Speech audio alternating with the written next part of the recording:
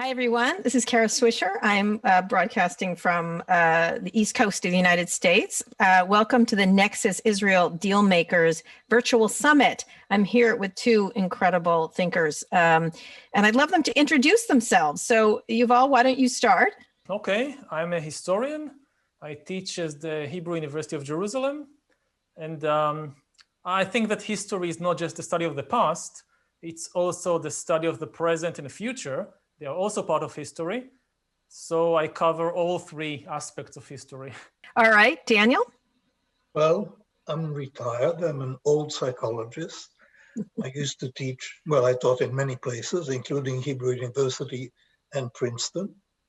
And now I don't teach anymore. You both have written best-selling books on different topics. I like your being so modest, but you're both big thinkers and have written books that have been highly impactful in how people think about humanity.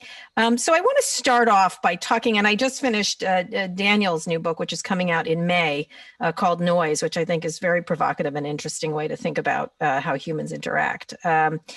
And about the acceleration of things that have happened since the pandemic. So I actually want to start with that. I do want to talk about the top global historical trends shaping humankind today, but I just want to get your thoughts. I know, Yuval, you've just written a really interesting piece on the pandemic and its impact. I'd love each of you to sort of comment about where you think we are coming out of the pandemic as we begin to vaccinate everybody and people begin to move back into a sort of a vague version of normalcy, although I don't think anything's going to be normal again post this one. But why don't you start, Yuval?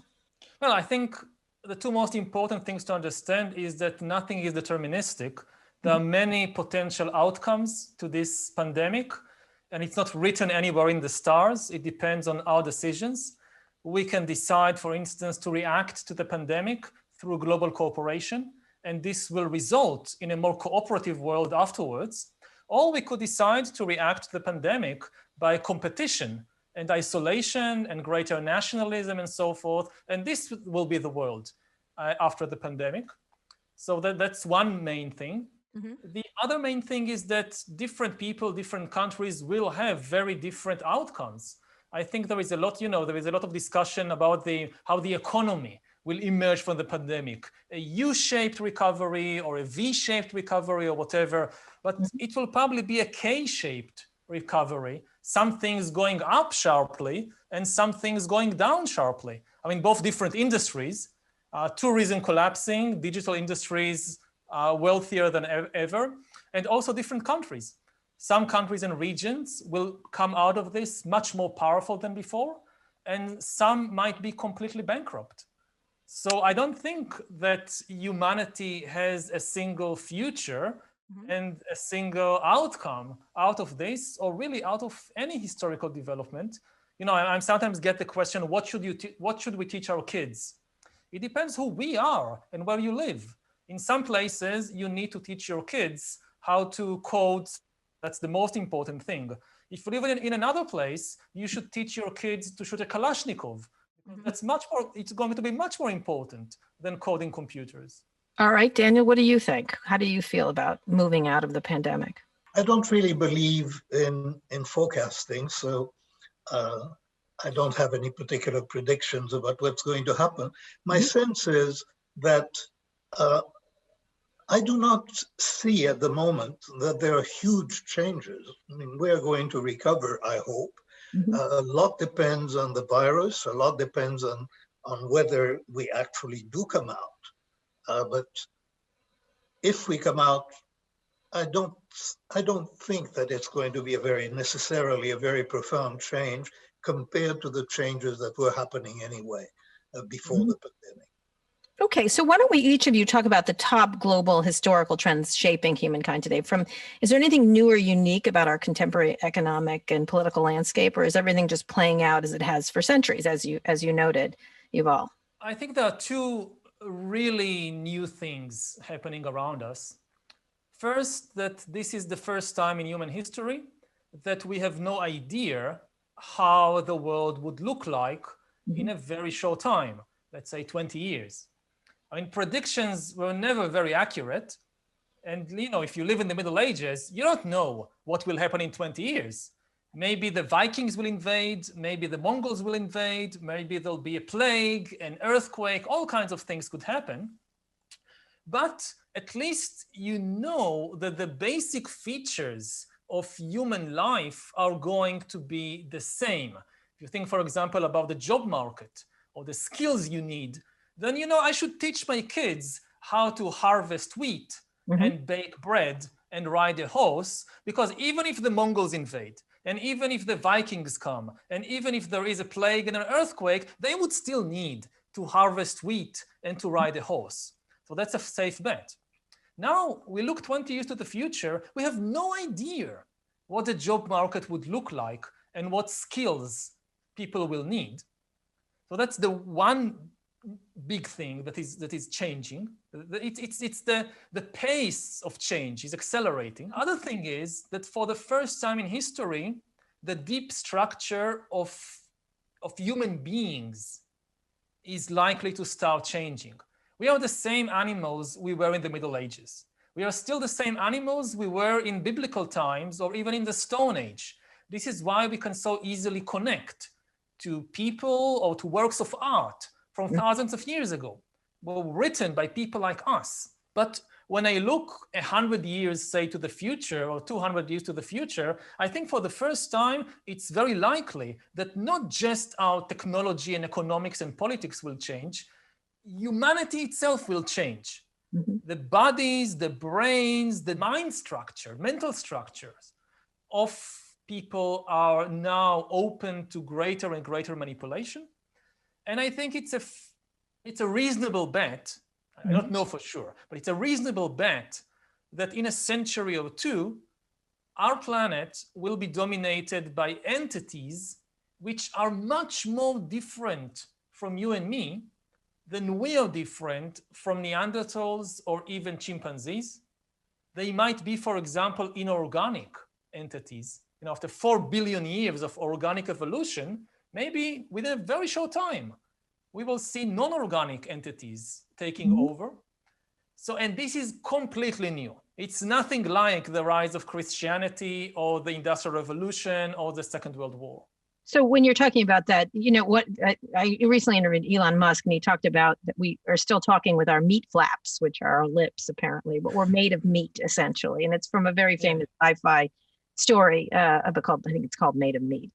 So the idea that you're essentially talking about a robotic kind of organism of some sort. It's less about the moving parts. It's more about the command and control center. I mean, you know, replacing your organic hand for a bionic hand, it will make big changes. But the really big thing, and here it connects also to Danny's work on decision making, is who is making the decisions? For most of history, humans thought about life as a drama of decision making. You look at religion, it's all about, you know, choosing between good and evil. You look at art, so almost every great or not so great piece of art, from Shakespeare to the latest Netflix series, it usually revolves around the hero or the heroine needing to make some important decision, to be or not to be, to marry X or to get married to Y. And in a very short time, these decisions might be made not by organic stuff, by flesh, they might be shifting to the responsibility, to the power of inorganic stuff, of algorithms and big data algorithms and AI that know us much better than we know ourselves and can make decisions in a wide range of areas. Okay. From investments in banks to decisions about my romantic life, better decisions, according to some measures. Less emotional. So let's get into that, Daniel, because your book is wonderful. I just I read it very quickly, but I have been, it's issues I've been talking about quite a lot over the years. And you talked about this idea of how decisions are made. And the book is called Noise, which essentially, noise feels like humanity in some ways. Maybe I'm wrong. But you did say in the book, there's that we live, that our brains are this, in our heads, we have this wonderful computer. It's made of meat. It's a computer. It's extremely noisy. So why don't you talk about the important trends? Because this is obviously something you're talking about, is how decisions are made and how they're less biased than noisy, which is a really fascinating concept. So why don't you talk about that a little bit? Well, this is very much in the present, not in the future. Yeah. My problem in this conversation is that I tend to agree with just about everything that Yuval says. So, but on the other hand, I'm not in the future as much as he is. I'm very much in the present. In the present, people make decisions that are both biased and noisy. And what we mean by noise is that they're unstable and that they're different from the judgments and decisions that other people would make in exactly the same situation. And that it turns out that the mistakes that people make, the errors that people make in their judgments and decisions, are due just about as much, or possibly more, to noise than they are to bias. And so in recent years, there's been a great focus on bias in decision making. I think that there's been too much of that focus, and that the problem of noise should attract more attention. That's what the book was intended to do. So when you're talking about it, the idea, define noise for people who don't understand what the concept that you're bringing out, the idea of what noise is. The easiest way to describe it is actually by presenting an example from which the book started, really. I was consulting in an insurance company, and the question I raised was whether underwriters, given the same problem within that company, would agree on the premium that they should set. And I asked the executives what they expect the difference when two randomly chosen underwriters look at a problem. What difference would they expect between the premiums? And a difference that most people think is tolerable is 10%. That comes up in many contexts, that a 10% error is sort of tolerable. It's called judgment, right? Judgment. What we found was 55%. And that is not tolerable. And what was very interesting, and really was the major finding that prompted the book, was that the organization, the insurance company, had no idea that they had that problem. It was completely new to them. And that turns out to be quite general. That is, noise is really underestimated. So we came up with a slogan saying that wherever there is judgment, human judgment, there is noise, and more of it than you think. That's the motto of the book. You also called it a tax, an invisible tax on the bottom line of companies, which is kind of an interesting way to put it. But one of the things that you said was, you talked, research has confirmed in many tasks, experts' decisions are highly variable, valuing stocks, et cetera. And so one of the things you talked about, and I want to get into sort of future things with both you and Yuval, is you said it is less well known that the key advantage of algorithms is that they are noise-free. Unlike humans, the formula will always return to the same output for any given input. Superior consistency allows even simple and imperfect algorithms to achieve greater accuracy than human professionals. So does that make you say, is that, I couldn't tell whether that was you saying that we should begin to rely on algorithms. I want to begin to talk about where we're going from a mental state. You're essentially suggesting they do make better decisions. Well, there's no question that when presented with data that are representative of the problem, that can help solve a problem, and when you present the same data to humans and to algorithms, the algorithms do better than the humans, and that's and even very simple rules do better than humans. And it turns out that much of that advantage, some of the advantage of very sophisticated algorithms, come from the ability to find subtle patterns in big data. But the advantage of simple rules is that simple rules are noise-free, and that is enough for simple rules to do better than humans in many situations. But Yuval, one of the things you did say was that that eventually the robot will have higher emotional intelligence, they'll be wiser, and that computers will eventually be programmed to do even the most human of things. Yuval, how do you look at that when you're looking forward of where decision making is taking place? There's sort of a generalized panic about the idea of these inorganic organisms making decisions for us, even if they're better decisions, and they're often they pretty much are. Daniel was quoted saying that robot would have more higher emotional intelligence. This is Daniel writing. The robot would be wiser, and I'll read it directly. Wisdom is breadth. Wisdom is not having a narrow view. That's the essence of wisdom. It's broad framing, and a robot will be endowed with broad framing. I do not see why, when it is learned enough, it will not be wiser than we people think, because we don't have broad framing, we narrow thinking, we're noisy thinkers. It's very easy to improve upon us, and I don't think there's very much that we can do that computers will not eventually be programmed to do. Yeah, I broadly agree that the impact will be everywhere, even in areas that people think, well, no, this is a human speciality. So, okay, computers will be able to, AI will be able to drive cars better, but things that has to do with emotional intelligence or creativity, no, this will forever will remain the human speciality. And I see no reason why. I mean, emotional intelligence in essence is no different from other kinds of intelligence. It's also based on pattern recognition. And I don't think that AI will have emotions of its own. One of the common mistakes is to think that in order to have emotional intelligence, in order, for example, to recognize that somebody else is angry, you need to, at least some days, be angry yourself. Otherwise, how can you recognize it? This is obviously not true. Anger is a biological phenomenon. It's all kinds of muscles contracting and neurons firing and hormones being released to the bloodstream. And humans, yes, we recognize anger partly by comparing what's happening to the other person to how I feel. But it doesn't have to be like that. And I know how you're feeling by analyzing signals coming from your body. Your tone of voice, not just the content of your words, but your tone of voice, the movements of the muscles in your face, your eyes, your mouth. I've learned to recognize the signals of anger. A computer can do that also without ever being angry. It's just, an algorithm. It has these signals. It means the person is angry.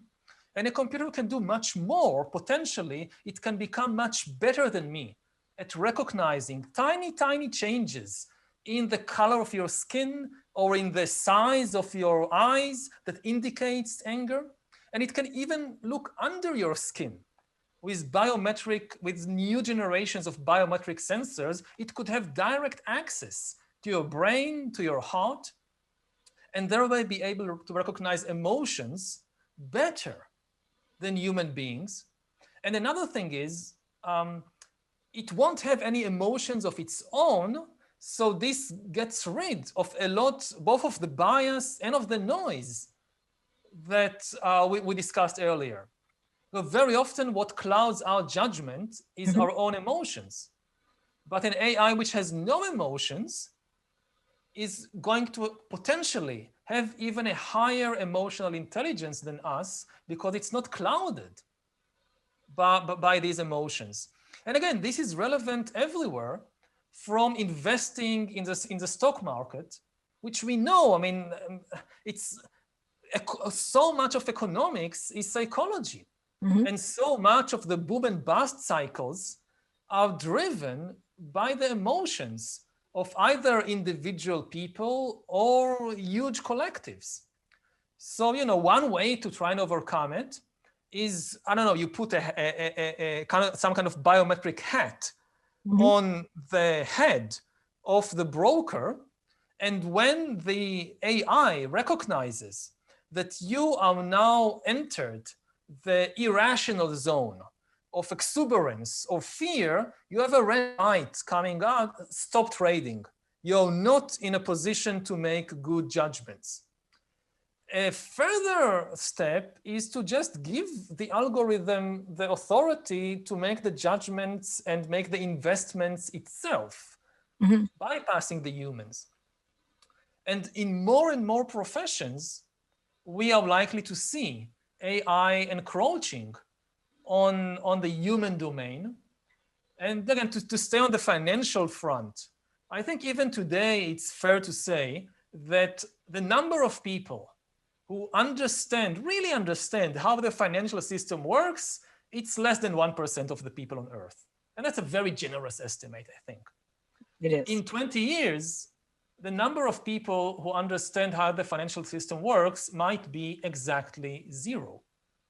It will be so complicated, so fast, so dominated by these increasingly sophisticated algorithms that no human being will be able to really understand what's happening on the financial markets. So you might still have a human as US president. Sure. But this president will get a call from the AI at 2 o'clock in the morning. Dear President, we are facing financial crisis. We are facing financial catastrophe. I see it coming. I can't explain to you why, because you're a human, you can't understand it. But believe me, there is a financial storm coming. I analyzed all the data, and you must do this. But I can't explain to you why, because you're a human. Right. I can't understand. So that's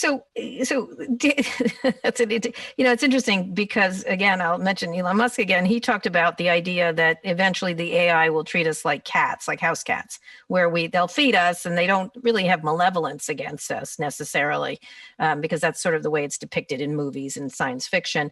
And recently he upgraded it to the idea of a hill of ants that you're driving a highway through, that you don't even think about the ants there. You might cover them, you might not, but you don't ever. They're never come into your figuring. So Daniel, when you've just written a book about decision making and the things to you're trying to help companies remove the noise.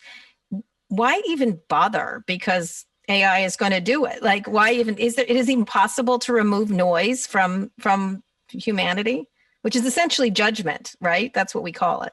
Completely removing noise from judgment is certainly impossible. What is happening now is that there is algorithms are taking over more and more functions that and there are, as Yuval was pointing out, there are professions that are going to disappear. I mean, dermatology diagnosis is now better done on your iPhone, basically, than by consulting a dermatologist. And this is going to be happening more and more. But at the same time, we're still in a world where it's humans making decisions. And there is a lot of antagonism to algorithm. In fact, there is now that phrase, algorithm aversion. And so our book was written really with the near future in mind. That is, regardless of whether algorithm in 1 or 2 generations take over, for the moment, it's judgment. And mistakes can be avoided and can only be avoided by improving judgment. So this was where we were. Do you think the humans should be removed when you're thinking, Yuval was just talking about this future, which I think a lot of people recognize is coming, where a robot calls, I'm just using a broad term robot, the AI calls the president and says, this is going to happen. Is this a good thing? It causes great emotion among people, the idea. And obviously they've been, watching a lot of sci-fi. It always ends in tears for humanity, essentially. There is no bigger problem than that possibility of, if human nature is going to change, or if human decisions are going to be superseded by non-human intelligence, as Yuval was saying, nothing of that importance has ever happened, I think, in the history of humanity, and we're not prepared for it.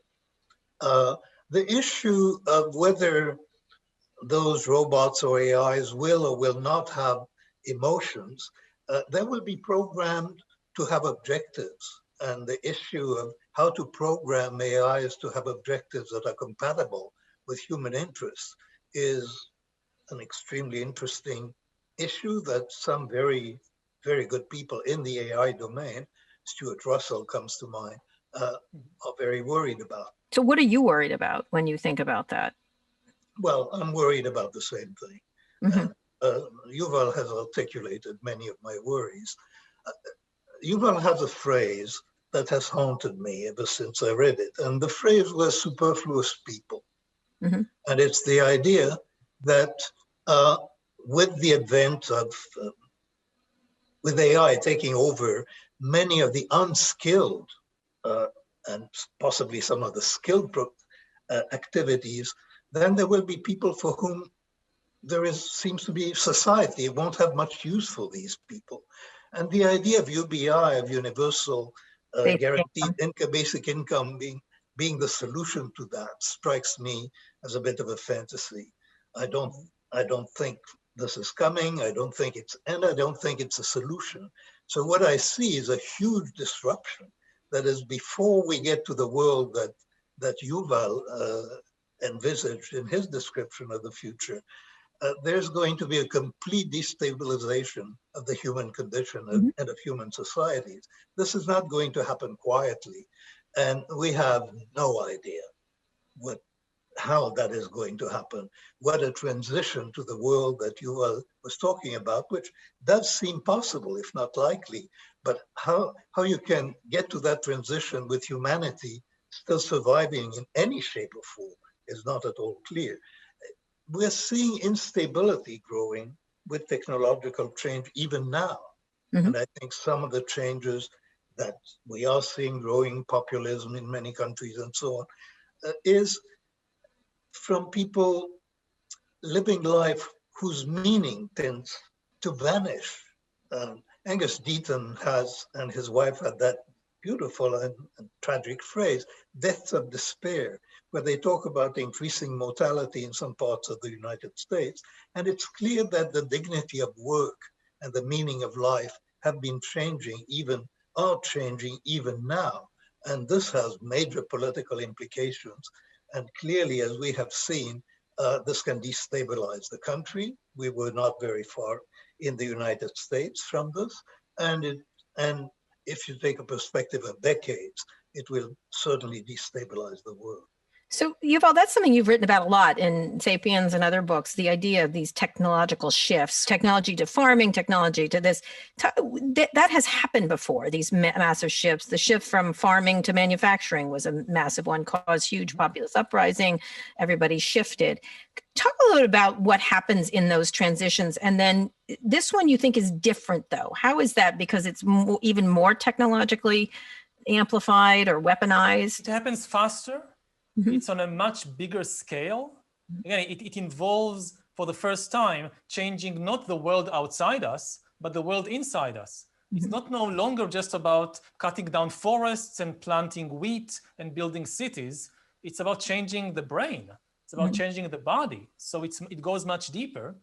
But I'm most worried about the fact that we have very little margin for error. When I look at previous big changes in history, let's take the last big one, the Industrial Revolution in the 19th century. So there was a huge, huge change in everything, in what people do for a living, in where people live, in political structures. And you can say, you know, we made some mistakes, but in the end, all things considered, the world became better.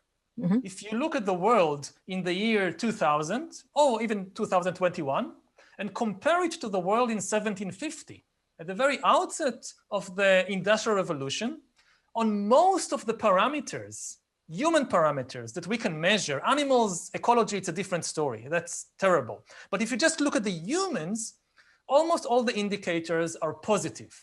We live longer, huge decrease in child mortality, huge decrease in famine, in violence. So after all, we solved it. We solved the problem of how to use the power of industry for the benefit of humanity. What worries me when I look at the process is that we had a kind of learning curve. And we had a trial and error. And part of the trial and error was European imperialism, and was the two world wars and the Holocaust and the Cold War. This was all part of the learning experience of how do you manage an industrial society. We tried Nazism, no. We tried Soviet communism, no. Well, finally, we got a better formula. We don't have a margin for error in the 21st century. If we go through another cycle, okay, we now have all these AI and bioengineering and social media and robots and whatnot, and we'll have a new round of a new Nazi regime and a new Soviet regime and another world war, we won't survive it. Mm-hmm. So this time we need to get it right in the first go. Your book about noise opens with this, scattershot image. Right. We need to hit the bullseye in the first attempt because there won't be a second attempt.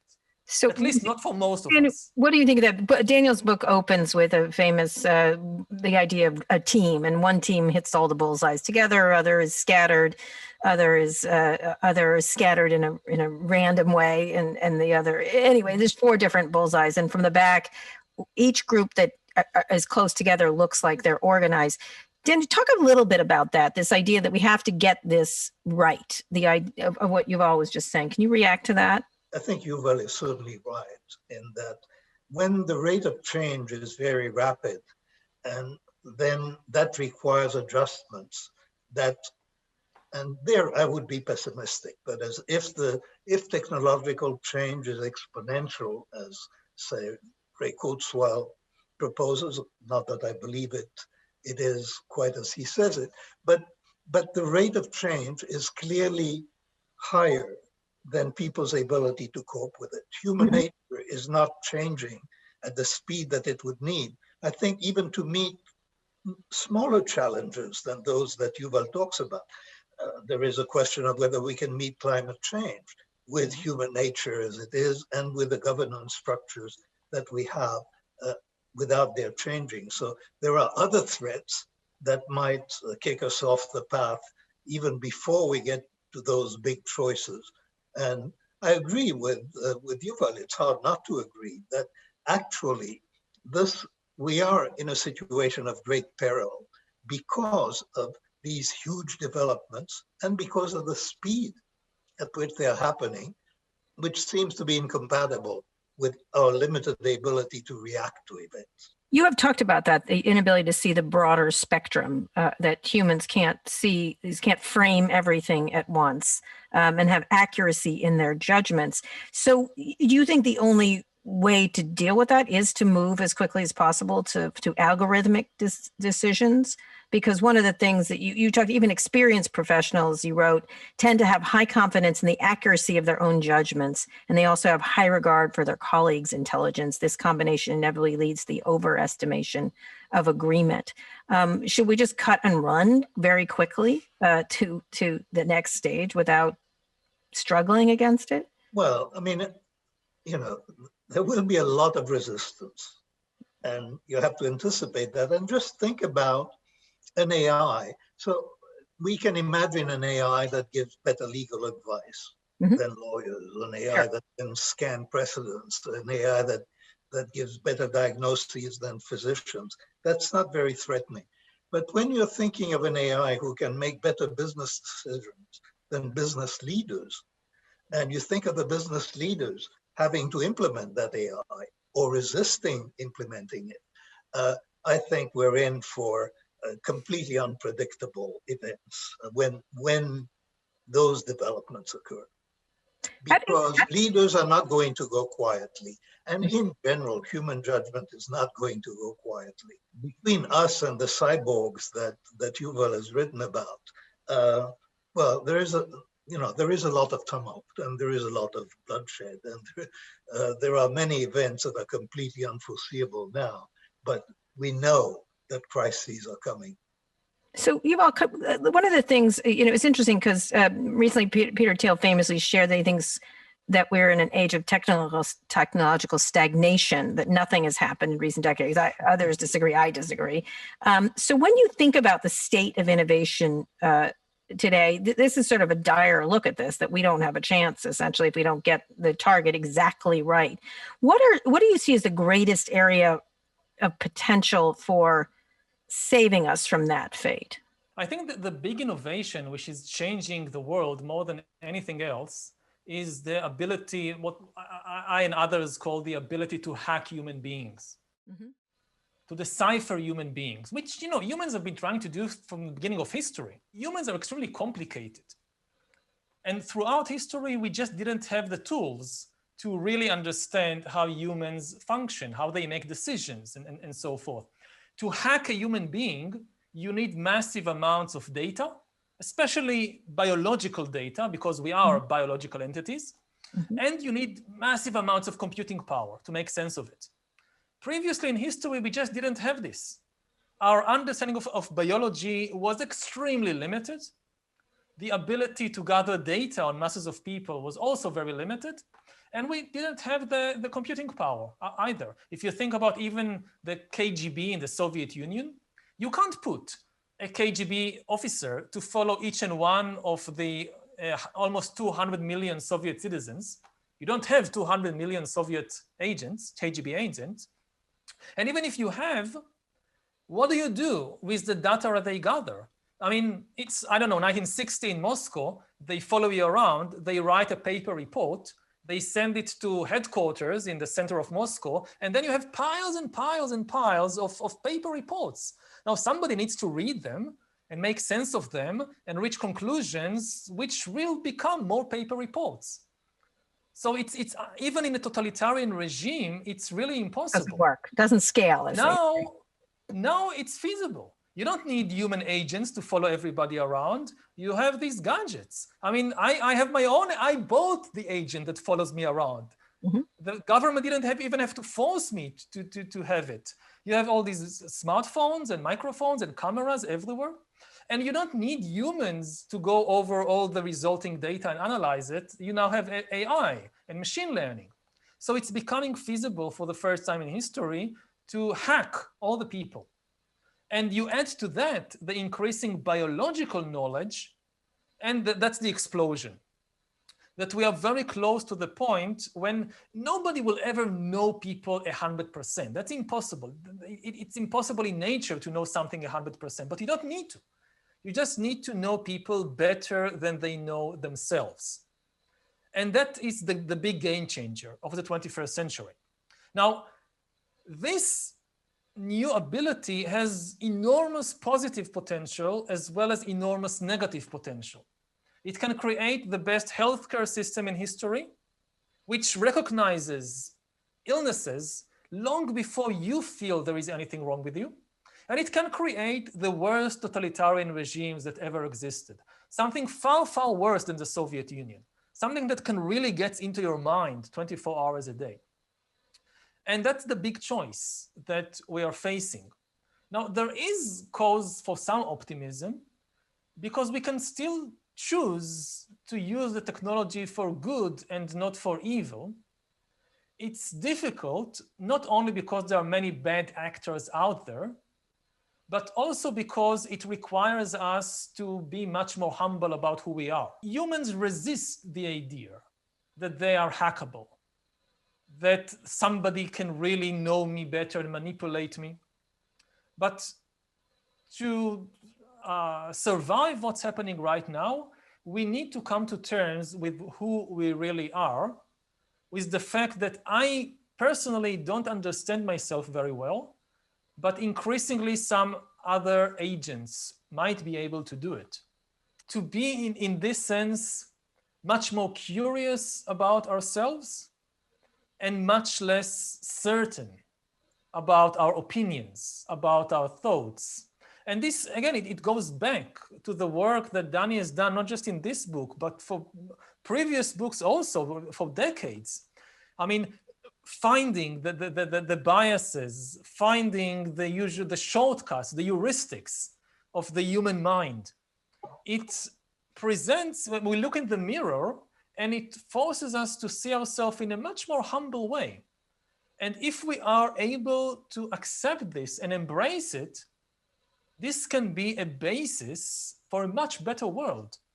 But if we stick with the kind of egocentric and arrogant view of ourselves, then it makes us extremely vulnerable to this new kind of technology. So Daniel, you have written a lot about these ideas of biases and people knowing themselves. And Yuval's talking about is why even bother? Why even bother, since the computers will figure this out anyway? We all have sort of begun to accept that these devices that follow us around really do know us better. I think most people are terrified of it. It's been misused. It's been easy. All the negative parts have been accessed with these technologies, or it feels like it has been. I'd love you to talk about what that means, and then are there positive aspects given the ability to manipulate it so perfectly? I was troubled by Yuval's optimism in his last remarks. And what troubled me was the use of the word we. That is, we can do. Yeah. I'm not sure there is a we. Agree. That is really the problem that we face, is that there is no we. It's going to be various people or groups of people acting in their own self-interest, and it's not going to be, or as they perceive it. And there would be a we for humanity if we were attacked from outer space by another species out there. But there is no we when we're dealing even with climate change, let alone with AI or with other things. Now, you ask me a question that is almost a personal question. Why am I still interested in people when AI is coming? Well, the reason is I've been interested in people since I was a child. And AI isn't in my life yet. It's going to be very different, certainly.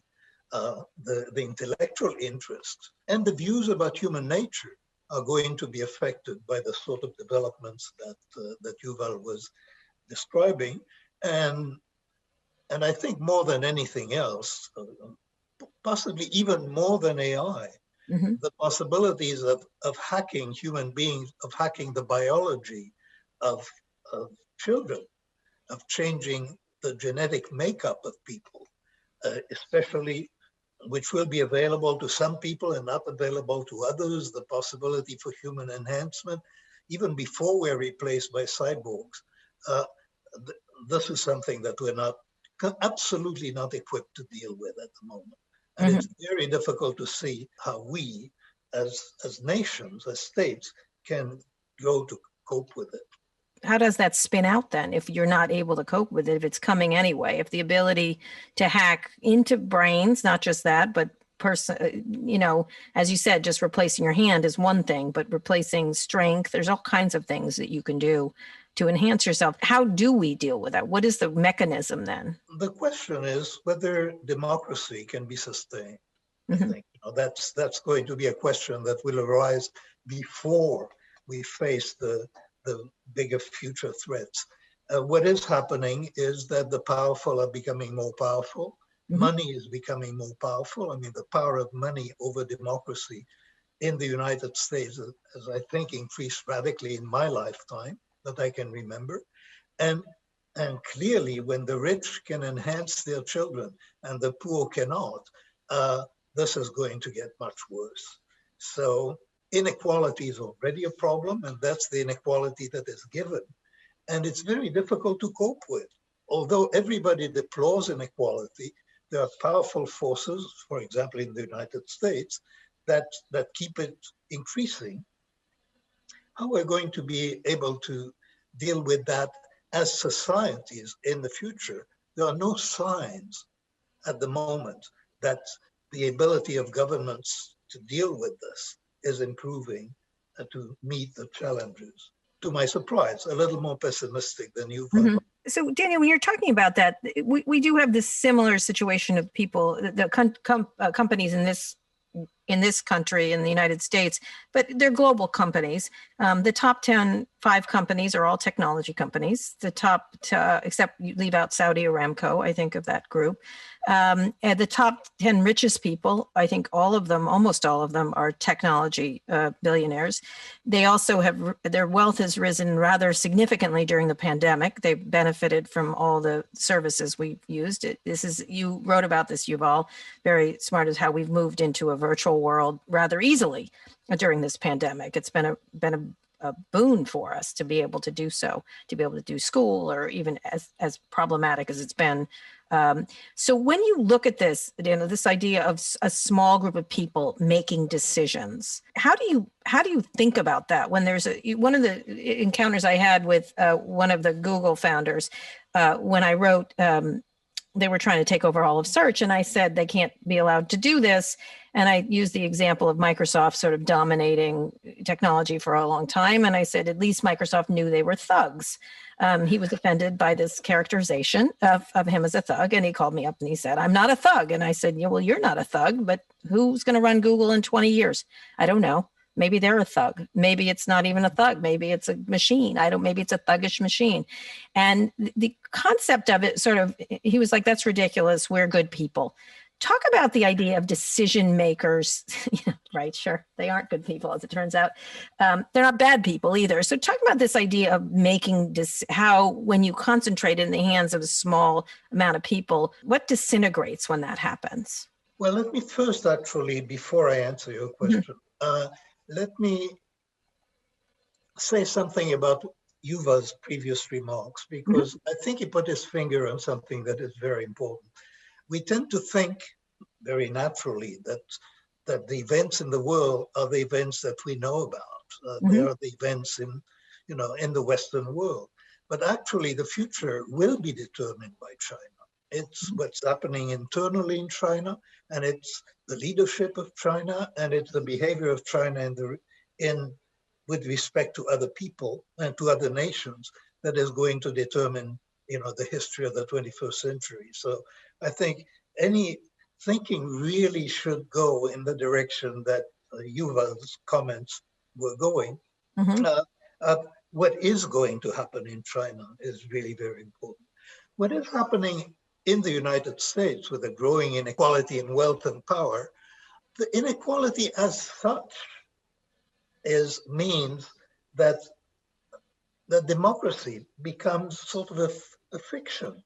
That is, if, as we can see even in the United States as it exists now, the power of money to buy politicians, not buy them in terms of corruption, by supporting them, by supporting their campaign, the power of money over politics in the United States is poisonous. And clearly, when there is a threat of universal basic income, there are quite a few billionaires, and I'm thinking of Rebecca Mercer, for example, who will not let that happen. So, and she and people like her have a lot of power. Now, we are lucky to have quite a few billionaires who are really very benign. Buffett is benign, Gates is benign, and the Google founders want to be benign. But this concentration of power in the hands of a few people is really what democracy was created in the hope of avoiding. I mean, humanity has tried to avoid this. And I think the concentration of power clearly has been getting worse over the last few decades. In the United States, I mean, this is very much a United States-centric point that I'm making. So when you have decision-making in those hands, I mean, you're famously famous about understanding decision-making. What happens at those levels? I only know my experience is they get, I hate to use this term, but they get licked up and down all day and they think they're right all the time. And when someone challenges their thinking, I often do, they seem shocked. But that they're totally incapable of making the decisions. And you saw that play out in the election with two people deciding to kick one president off of an important platform. Or important social media platforms. Now, while that might have been the right decision, it might have followed the rules correctly, the fact that there were two people making it seemed troubling to me, at least, even if I agreed with the decision. Yeah, I think it should be troubling to everybody. I mean, there's huge power. There has been a huge transition of power to the technological companies, and some of which are controlled really dictatorially. I mean, there's no question. Those are single individuals making decisions with their own interests. I would not trust any individual to know the true motivations for the actions that they're taking. Insight is a difficult thing to acquire. So, yeah, clearly very dangerous. So and we see it happening. what do you do about that? Either of you, how do you change that? Are there opportunities for positive change here in that? And do you feel like governments have the ability to do something about this amount of, in this case, it happens, it used to be oil barons, it used to be train barons, whatever, over history, it used to be whatever. How do you change that today? Because it's been changed. There's been lots of powerful people that have been unseated rather unceremoniously throughout human history. Yes, I think politics is all about that. And as I said at the very beginning of our talk, we always have choices. It's never deterministic what's going to happen next. Technology, the same technology can be used to construct very different kinds of social and political systems. The technology of the 20th century could be used to create a regime like Nazi Germany, or like the democratic United States. It was the same technology. There wasn't a big difference in technology between the US under Roosevelt and Germany under Hitler. Or if you look today at North Korea and South Korea, the difference is not technological. So as a historian, I'm very skeptical and also very worried about technological determinism. That because we have this technology, the only outcome must be that. It's never like this. It's usually a fiction told by people who want this outcome. So they tell you, well, it's inevitable because this is what the technology dictates. It's not true. In the 19th century, the big magnates of the coal and steel industry told people, well, we must have child labor. This is the new economy. We must have 8-year-old kids working in coal mines instead of going to school. If we don't do it, if you make laws against it, the Germans will do it and they will overcome us. Today we look back, and first of all, we know it wasn't so. Parliament in the UK and then in Germany and other places passed laws that kids should go to school and not to the coal mine. And we also understand that actually this was even more efficient. The country benefits when the economy benefits, when 8-year-old kids go to school and not to a coal mine. So now it looks to us obvious. But if you go back to 1860 or 1870, it's a huge debate. I mean, and some people say, no, it has to be like this. It's not, we don't like it, but this is the technology. This is the Industrial Revolution. Yeah, there's actually an argument like that right now with tech people talking about China versus the US. Like they need to be this big, I call it the she or me argument that Mark Zuckerberg often makes. It's that it's either China or me. And I was like, neither. What's the third choice? Where's my third? I think there are third choices. We can build. Choice, at least. We should build, I mean, there are certain kind of guidelines for how to build, let's say, the data economy in a better way. To give just a few examples, whenever you increase surveillance of individuals, at the same time, you need to increase surveillance of the government and the big corporations. This should be a key principle that, okay, we have this technology, it has a lot of potential, like you need to find the pandemic, the COVID crisis.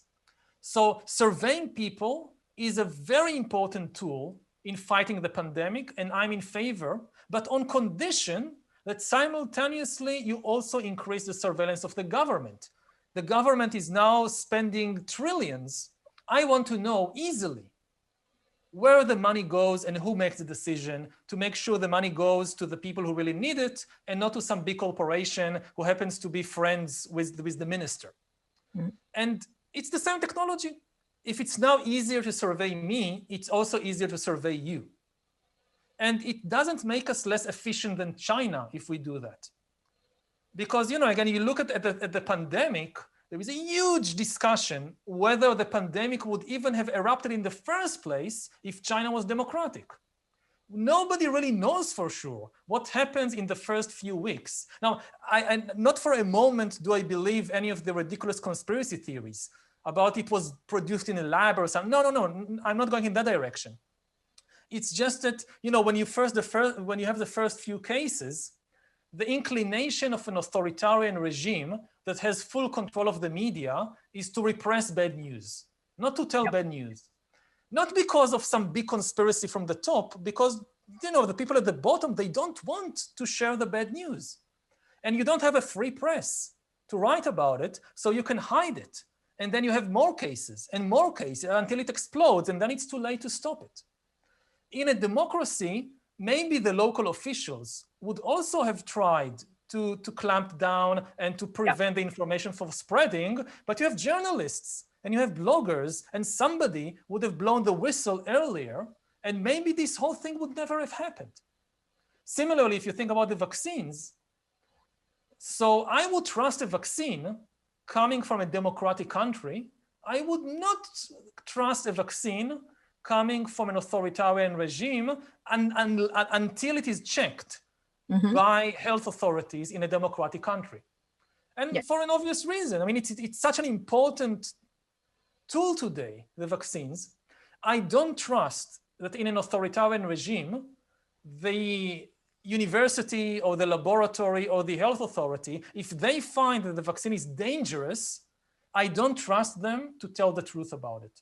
Okay. So one of the things Yuval's talking about, Daniel, is noise, is the noise that democracies make, which are very noisy. I want you to make the case for noise, Ben. If this is what's going to prevent it, the idea of people making noise about being unpredictable, making bad decisions. Is it so bad to make bad decisions all the time?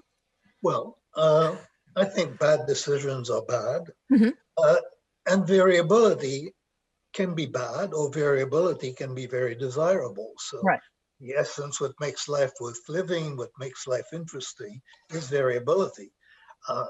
When different physicians looking at the same patient give different diagnosis, it's noise. So which is bad noise. Bad noise. Right. Diversity is desirable in many contexts. What we are seeing, though, is, and that's the danger to democracy, the centralization of power, for example, in institutions such as Facebook on the one hand and Fox News on the other. The possibilities for misuse of this kind of power is really antithetical to the very idea of democracy. And my imagination, I tend to be pessimistic by temperament, so good scenarios do not come easily to my mind. But how to have a good scenario where you would have democratization and at the same time undo what has been happening, which is that different communities are exposed to different facts. How to undo that is certainly beyond my imagination, but unless we undo it, the future of democracy is really very much in doubt. Well, I'm going to press you then, because I feel like you might be a smart person winning all those awards that you have. How would you begin to undo just one thing you talked about? The poor information diet is what you're talking about, is that people get, this is sort of classic propaganda, what's going on. Every day is a different thing, whether it's anti-vax or it's election fraud or whatever. How do you begin to turn back that tide? I live in the United States. Well, two of us do. There are countries that are doing it better. I mean, I think that clearly what is happening in Western Europe with respect to technology, the efforts to control technology, the efforts to protect privacy, there is a lot that can be learned from what they're doing. It is not stopping what looks to be, I mean, it's not clear that populism is really spreading. There are ebbs and flows, but it certainly is not stopping some populist developments that could lead to fascism and so on. But there is an example there, I think, that today the United States democracy is more threatened in the United States than it is in Western Europe. And there is an interesting thing living, as a foreigner in the United States, that there is a reluctance, when you're an American, there is a reluctance to look elsewhere for inspiration. To look elsewhere for how could it be that anybody could do things better there than they're done here? Well, we're exceptional. I don't know if you've gotten that message when you got here. We're supposed to give you that book. And that is preventing, I think it really is remarkable how little people know in the United States about how things work elsewhere, like health systems. I mean, many people in the United States think that they have the best health system in the world. Now, what is the sort of, it's not a conspiracy, but what is happening in the culture that allows such facts to remain unknown for decades within a democracy? And clearly, when that gets to be manipulated, like, for example, news about climate change get politicized and manipulated, the threat is the threat level is very high. But when you think about that, Yuval, the idea of bad information diets, humans getting bad information and not being able to avail themselves to other things, can you think historically if there's been a turning point like that? Because, we've had the Salem witch trials. We've had, there's all kinds of conspiracy theories around forever since the beginning of time. Mussolini didn't need Instagram to make it happen. Hitler did not need Twitter. I know it sounds silly to phrase it like that, but they used newsreels. They used whatever was the technology of the time. Can you talk about something where it was a similar thing where the tide was able to be turned, and why? I think the situation is bad, but it's probably better than almost any time in the last thousands of years. But as you say, you just look 100 years back to Nazism and fascism and communism, and they could spread disinformation and conspiracy theories and brainwash people on a massive scale with even worse theories and stories than you see today, extremely successfully without Twitter and Facebook and social media. You go 1,000 years or hundreds of years previously, and like you mentioned, the whole witch hunting craze, that it's the result to a large extent in Europe and in the British colonies, like in Massachusetts, is the result of print. People think that when Gutenberg brought print to Europe, the result was the scientific revolution, and everybody would sit around reading Galileo Galilei and Copernicus. Very few people read Galileo Galilei and Copernicus. Most people either read the Bible or they read all these new ridiculous conspiracy theories like about witches. One of the biggest bestsellers of the first days of print in Europe was called The Hammer of the Witches. It was a do-it-yourself guide how to identify and kill witches, which is something everybody needs at home, of course. And people would buy it for a fraction of what it would cost earlier before print. And they believed it completely because, books were in such high regards. So people would say, I read it in a book. There are witches and they fly on brooms at night and you can recognize them because they have this wart on the face or whatever.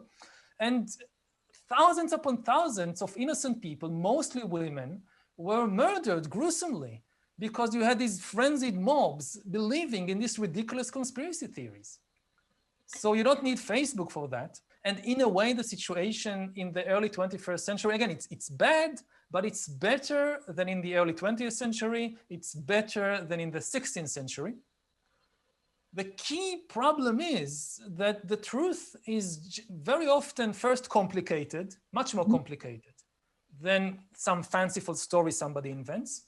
And secondly, that it's very painful. Most people don't want to know the truth about themselves as individuals or as collectives. Like we have an election in Israel coming up in a week, next week.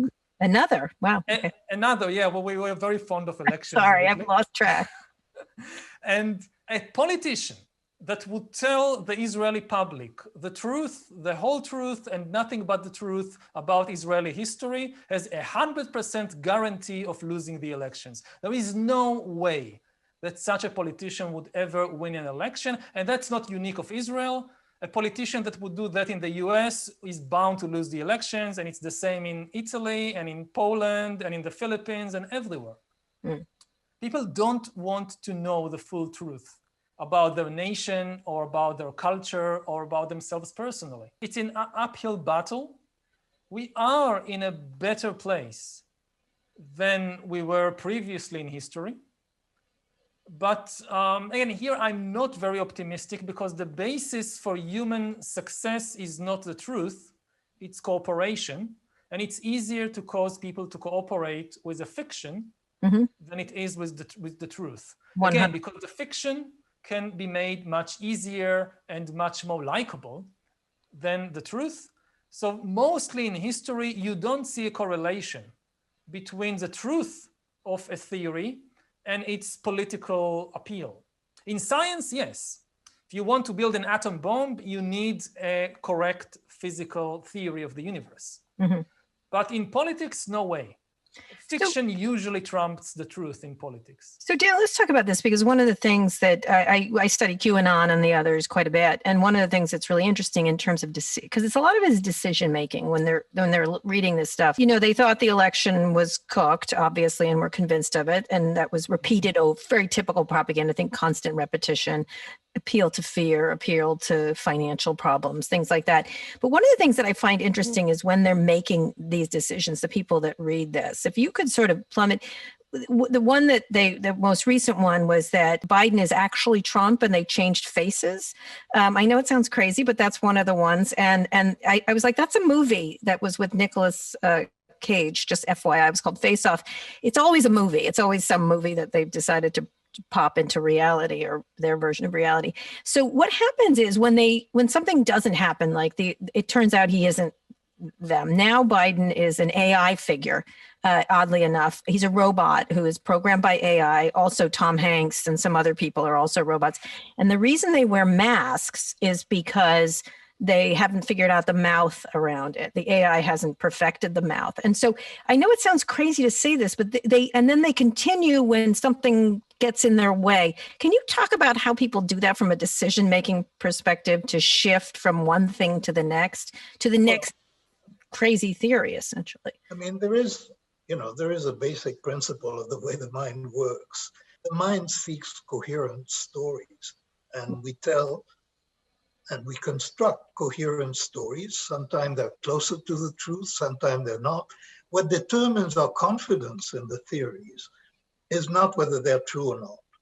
It's whether they're coherent or not. And by coherence, I mean both internal coherence, that you can tell a story and it seems to make sense.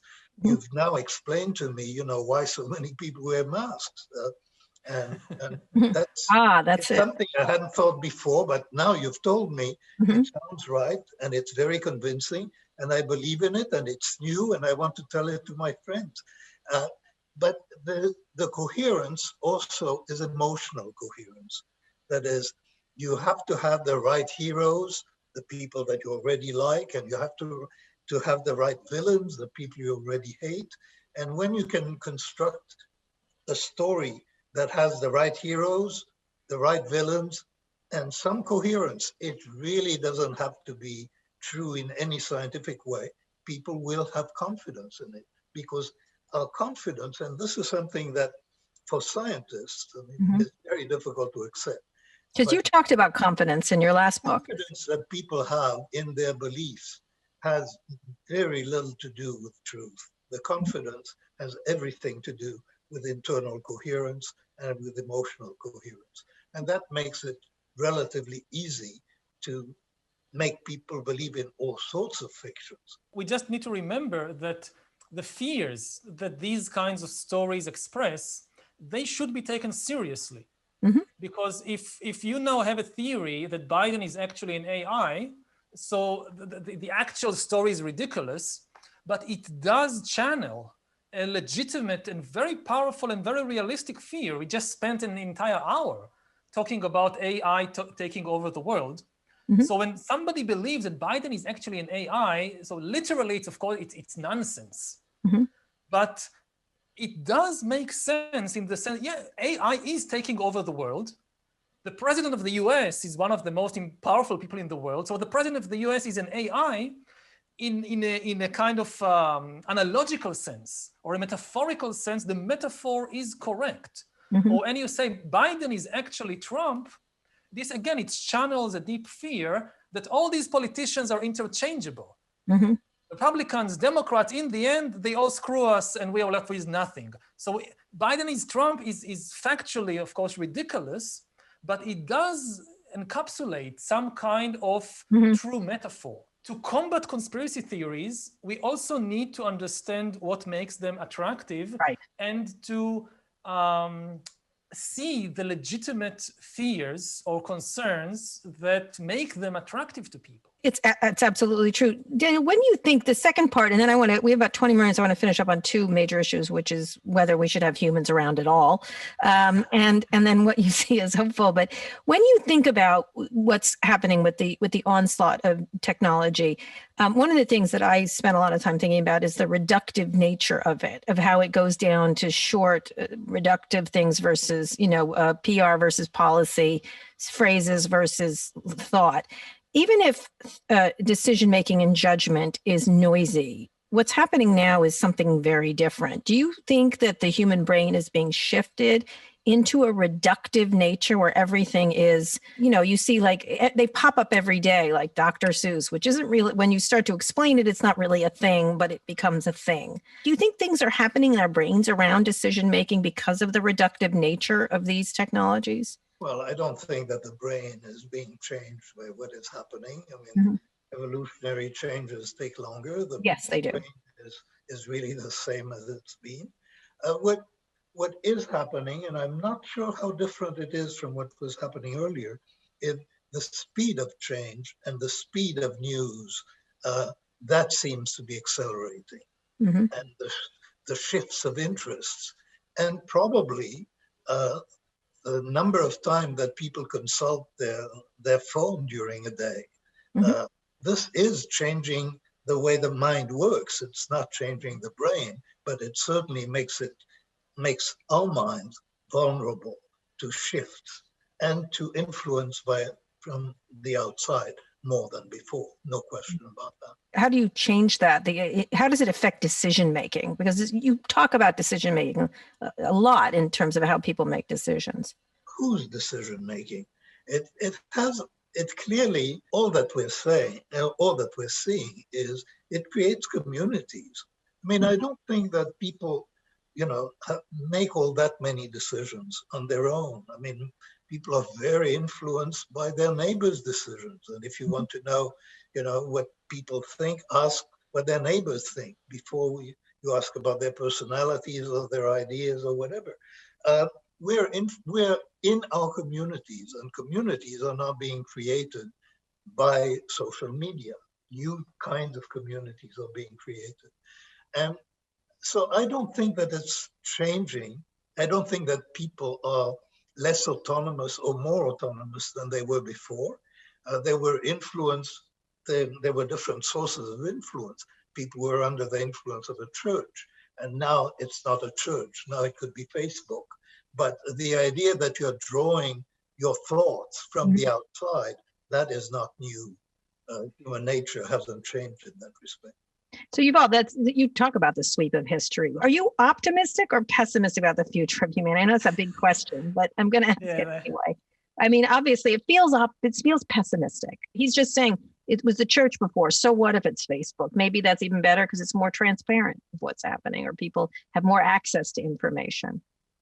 I think there is ground for some optimism, because we do see very positive changes in history. And I'm not talking about the material changes. That's easy. Okay, we invented vaccines. Okay.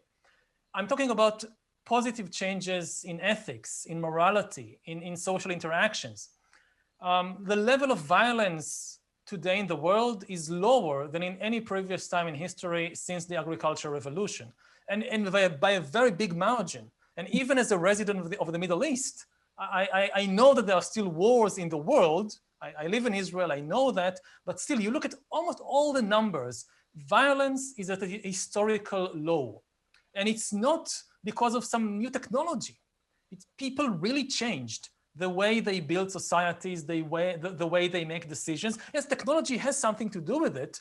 The threat of nuclear war is a part of this reduction, but still people needed to make better decisions, and they made better decisions. Since Hiroshima, there wasn't another world war. And to take another example, if I look at the feminist revolution, it's one of the biggest revolutions ever in human society. For thousands of years, you had political revolutions and economic and technological. One thing remained constant, that men dominate women. And then within a very short time, historically, about a century, it's not that we've reached a point of complete equality, far from it, but things change dramatically. And what makes me even more optimistic about this example, it was done peacefully. You know, many people say that in order to make omelets, you need to break some eggs. Mm-hmm. They didn't break any eggs in the feminist revolution. Maybe the enemies of the feminist revolution, they used violence. But the feminists didn't. They didn't start any war. They weren't terrorists. They didn't build up guillotines in City Square. They didn't send people to the gulag, and they completely changed the world. So it's an example. It's not a guarantee, Mm-hmm. but it's an example that you can change the world for better, quickly, peacefully, and without inventing a new technology, just by changing people's minds. All right. What is your case for humanity, Daniel? Not very different from Yuval's. I mean, we draw on the same information Mm-hmm. that things have been improving. There is a secular trend. Clearly, that depends a great deal on education. Mm-hmm. And so there is hope if you can improve education. The question really is whether the speed at which things can improve and can match the speed at which dangers are arising. And whether you're an optimist or a pessimist, which depends largely on your genes anyway, but if you're an optimist, you're going to see things one way. If you're a pessimist, you are going to see a lot of perils and a lot of changes for the worse, and the changes for the better are fragile. And all the improvements that we see, and there's no question that we're seeing big improvements, they're also quite fragile, as I think all of us could easily agree. What is the biggest challenge you think we're facing as a planet, I guess, as a global planet? I think we've talked about it the whole hour. It's this accelerating pace of technological change, especially this ability to hack human beings. You know, nuclear war is extremely frightening, but at least nobody wants nuclear war. Mm-hmm. And the only question is how to prevent it. The goal is clear. And it's the same with climate change. Nobody wants climate change and ecological collapse. Some people say it's a myth, it doesn't happen, but even they don't like it. They just say it's not real. Right. Now, with the technological disruption, it's very different. A lot of people are working very hard to accelerate these things. Yeah. What for some of us are nightmares, for them, they could be dreams. Mm-hmm. And there is no consensus about what is the desired end. AI is coming, what to do with it? There is no consensus around it. It's going to change the very meaning of what it means to be human. So at least intellectually, it's a much more complicated challenge. It's not clear what is the danger and what is or if it's not beneficial versus anything else. When you look at, a lot of these, they're all tech billionaires talking about going to space. When you see them doing that, how do you look at that? I don't have any objection to going to space. Yeah. I think it's a kind of escapism. When one of the main interpretations for the space race in the 50s and 60s is that there was a growing sense that the planet is doomed. Right.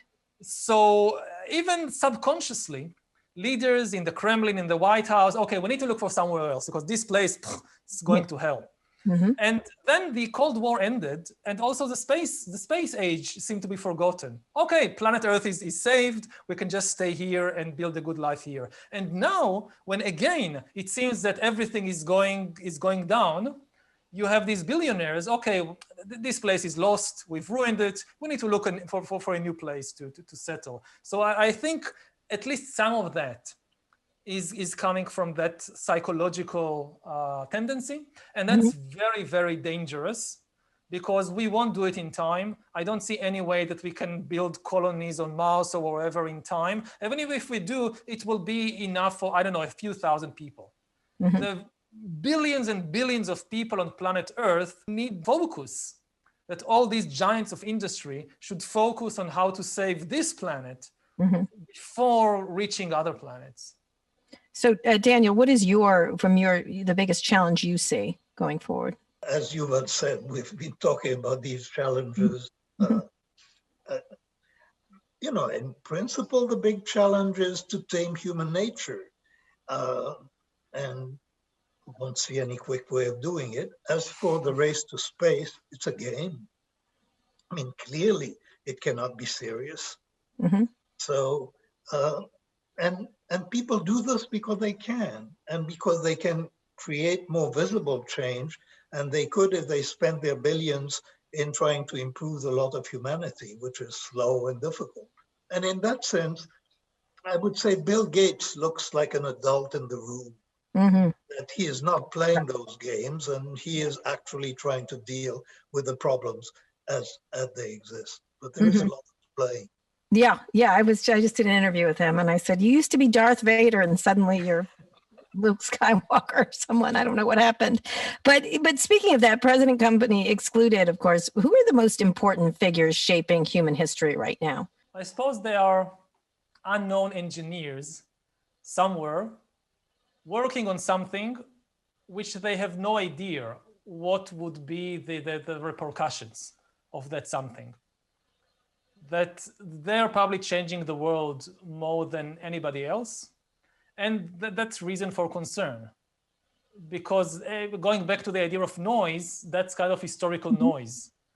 It's suddenly out of nowhere, some new technology comes and changes everything. And all our expectations and all our predictions are not worth much. So I would say these kinds of people are the most important changers at the moment.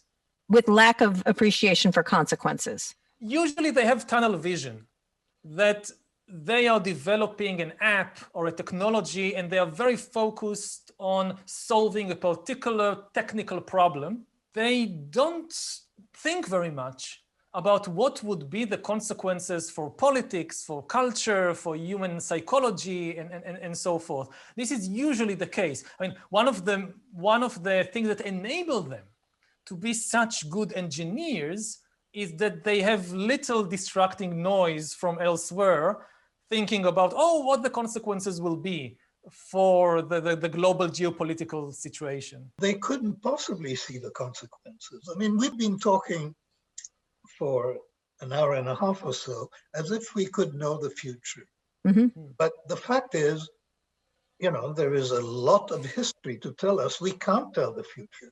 Technological forecasting, the forecasting of scientific development has just a miserable record. Mm-hmm. Now, we can't help but be confident in our ability to predict because we see those trends and we can't imagine other stories. And our sense of what is inevitable comes from limited imagination and from our impossibility of devising or inventing new stories. In fact, as Yuval is saying, if you're asking who are the most important people in the world today, the answer is we have no idea, they have no idea. It's going to be known in the future. And in the future, people will be pointing and said, that was the important development because it had consequences. And it's nobody's fault that they couldn't foresee the consequences because our ability to foresee is very limited.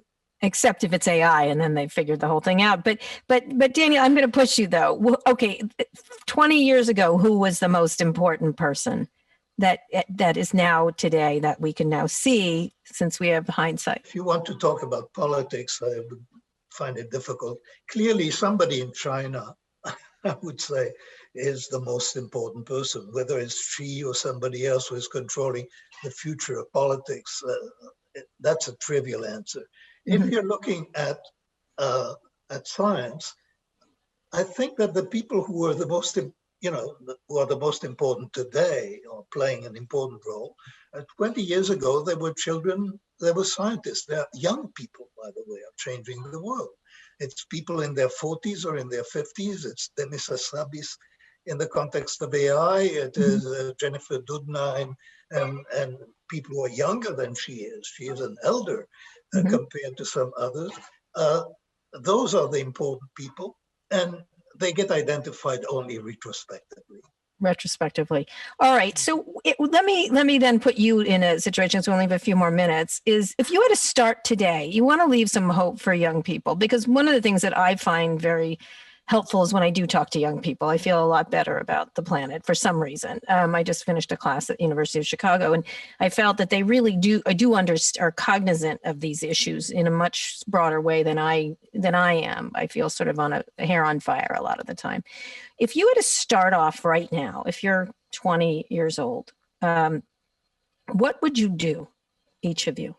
What would you pick as your area of expertise? If you couldn't pick the one you picked, don't say just what I've done already. It's sort of obvious. I would have gone today either in the study of the brain or in the study of AI, because those look like the most fascinating avenues for future understanding of human nature, actually. And what of the brain, and studying how it works, figuring out the computer it is? Yeah, I mean, clearly it is a computer. Mm-hmm. And clearly we have very little idea of what it is. I mean, if science continues to develop as it seems to be developing, then 200 years or 100 years from now, with the knowledge of science of today that looks awesome, will look childish. Mm-hmm. There's very limited understanding of the world a century ago. Mm-hmm. So that's AI or the brain. What about you, Yuval? I would go either to study the mind, not the brain, assuming we are now in a race. Who hacks the mind? I mean, in the end, it's all about the mind, not the brain. Nobody cares about the brain as such. Oh. We care about the brain because we think this is the door to the mind. And I think we are in a race. Who hacks the human mind first? And if the AI does it first, then game over. And I think that to protect ourselves, the better we understand our own minds, that's the really only potential safeguard. So I would go in that direction. Or it's not so very different from what I'm doing anyway, but in the direction of, I would speak broadly about poetry, but not writing poems as poems, but the artistic imagination, because we need a good story to deal with what's happening. My view of history is that in the end, the most powerful force in history, at least until today, were fictional stories. This is what united millions of people together. You can't unite people with science. It's not interesting enough. It's not easy enough to understand. You need a good story. And what we are seeing now is a kind of crisis of the imagination, that most of the stories, not all, but most of the stories are, even if science fiction, too many science fiction plots are focused on the wrong thing. You have so many movies about the robots rebelling, coming to kill us. Very few movies about the robots don't try to kill us. They just manage the financial system in a way that we don't understand. Mm-hmm. Now, how to make an interesting sci-fi movie about a world in which the financial system is run by AI? Nobody is being killed by the Terminator, but how does it look? So, something like Black Mirror, or at least some of the episodes in Black Mirror, I will, having my life again, I would like to be today in a position that I can do something like that. To do that, to make something like that. One of the things I often tell Silicon Valley engineers when I'm talking to them is, I said, imagine your invention is an episode of Black Mirror, which is always terrible, and don't make it, or figure out a way to make it that creates it a more benign version of what you're creating. What I usually tell them in the same vein is, think about the politician you most dislike in your country or in the world, and now think what he or she will do with your invention, and now think again about how to plan, how to design your invention. I have to end on one last question they have at the bottom here, because it's going to be a very difficult one. But I'll give you a choice. The question is, what is the meaning of life? Which is too hard, Everyone has a different meaning. I'm going to change that just a little bit and talk about, if you say we have to rewrite our stories, what does the best future look like in 100 years for each of you? What does this society look like? Daniel, I'll start with you.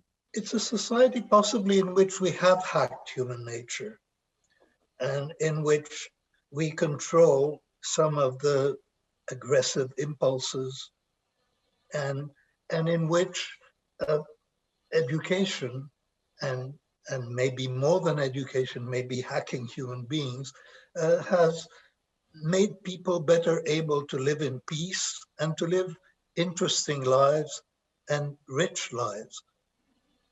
That's a hope. It's a distant hope. Yuval, let's have you have the last word.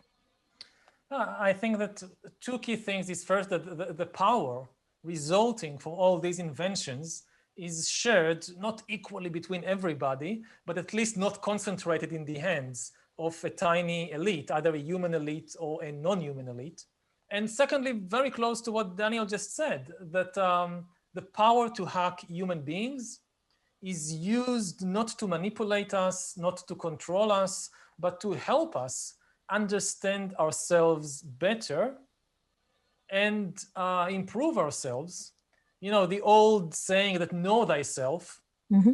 Now we have the technology to do it. If the technology is used for our benefit and not for the benefit of some big corporation or totalitarian government, then this can be really the best society that ever existed. That sounds like a great thing. It sounds like non-fungible tokens will suddenly all be, do you know about those? We're not even going to get into it. I really appreciate it. You two are so amazing and smart. And I think this will be, this conversation was very thought-provoking for me at least. And I appreciate all your work. I'm looking forward to Daniel's new book getting out there, Noise. And Yuval, what are you working on? A children's book, which is supposed to come out. I'm working actually on two, a graphic novel for adults, mm-hmm. which is already out, the first part, and a children's book, which is supposed to come out next year. All right. Well, I appreciate it. Thank you so much, both of you.